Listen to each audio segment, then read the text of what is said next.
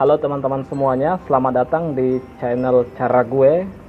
Pada hari ini saya mendapat pertanyaan dari teman-teman melalui medsos terkait dengan kondisi sekarang COVID-19 yang berakibat kepada dunia usaha, kepada pihak perusahaan, sehingga pihak perusahaan itu mau tidak mau melakukan PHK kepada karyawannya. Jadi pertanyaan yang muncul ada beberapa.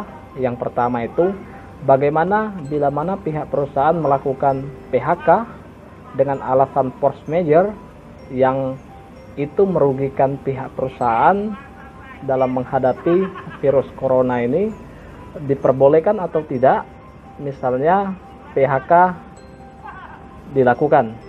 Menjawab pertanyaan ini, saya sampaikan berdasarkan pemahaman dan analisa saya, bahwa yang pertama itu harus kita lihat perjanjian kerja antara pihak perusahaan sama pihak pekerja.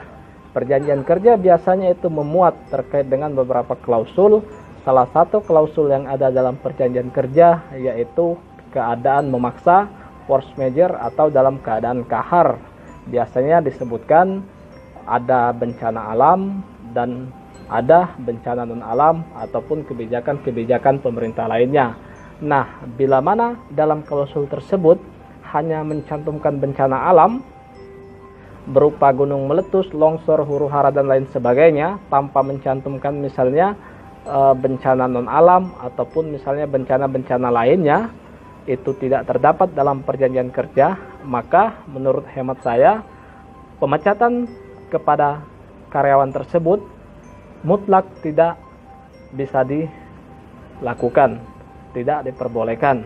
Itu yang pertama.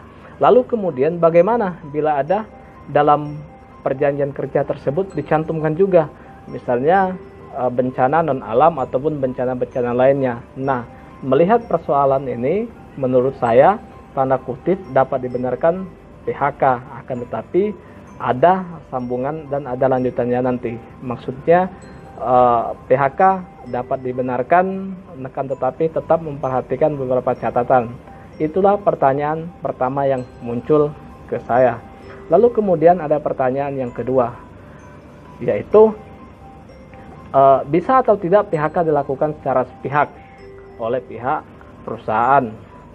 Menjawab pertanyaan ini, sebenarnya ada Undang-Undang Ketenagakerjaan, Undang-Undang Hubungan Industrial, sama kalau tidak salah ada juga putusan MK menyangkut persoalan ini.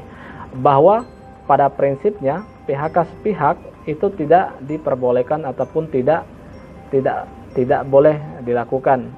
Mengingat PHK boleh terjadi, boleh dilakukan bila mana sudah ada putusan pengadilan dari hubungan industrial yang berkekuatan hukum tetap. Dan bila mana ilustrasinya pihak perusahaan melakukan PHK sepihak, ia tetap melakukan ataupun memenuhi hak-hak dari pekerja tersebut sampai adanya putusan pengadilan hubungan industrial tersebut. Jadi kepada pekerja, kepada buruh, karyawan dan lain sebagainya, bila mana kalian dilakukan PHK sepihak, tidak usah khawatir, tidak usah takut, dan tidak usah merasa was-was dan lain sebagainya, sebab kalian tetap mendapatkan hak-hak sebagai pekerja berupa gaji, pesangon, dan hak-hak lainnya. Akan tetapi bila mana PHK itu sudah ada putusan pengadilan hubungan industrial, maka barulah PHK itu diperbolehkan dan dianggap sah. Itulah kemudian pertanyaan kedua yang muncul yang ditujukan kepada saya.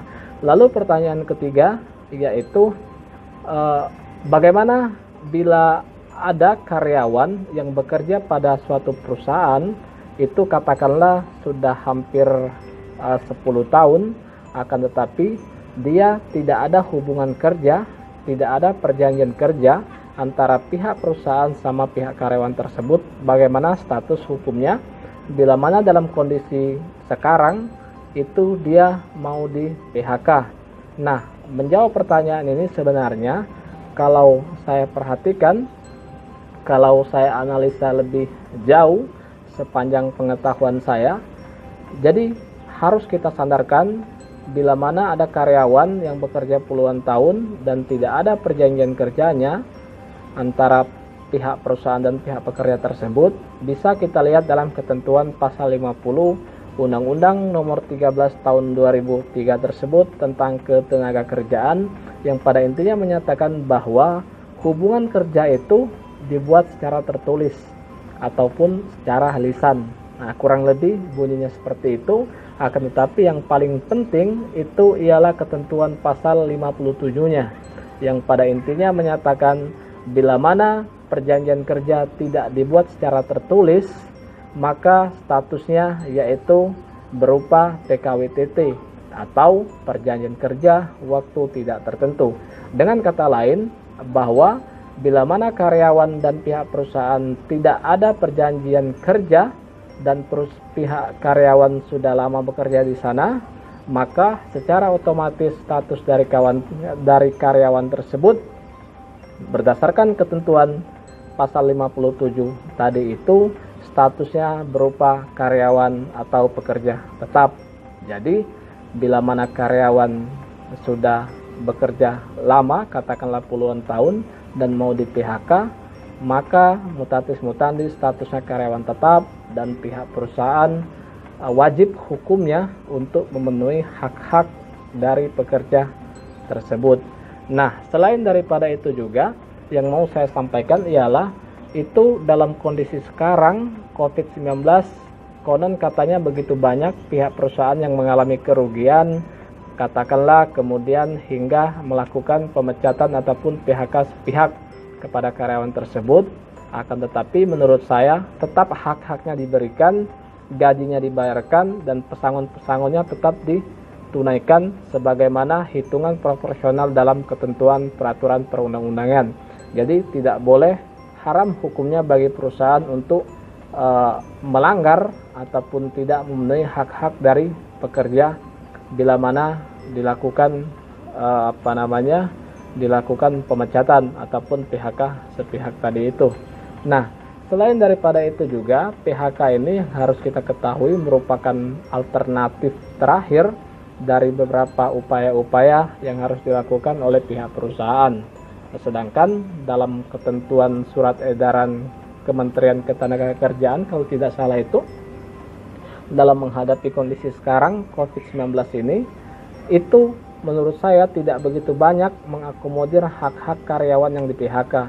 Hanya saja di sana lebih fokus kepada karyawan yang statusnya ODP, lalu kemudian yang tersuspek virus corona dan lain sebagainya, maka diberikan semacam keringanan, kompensasi dan lain sebagainya. Namun tidak mencakup, tidak mengakomodir lebih jauh terkait dengan hak-hak karyawan tersebut.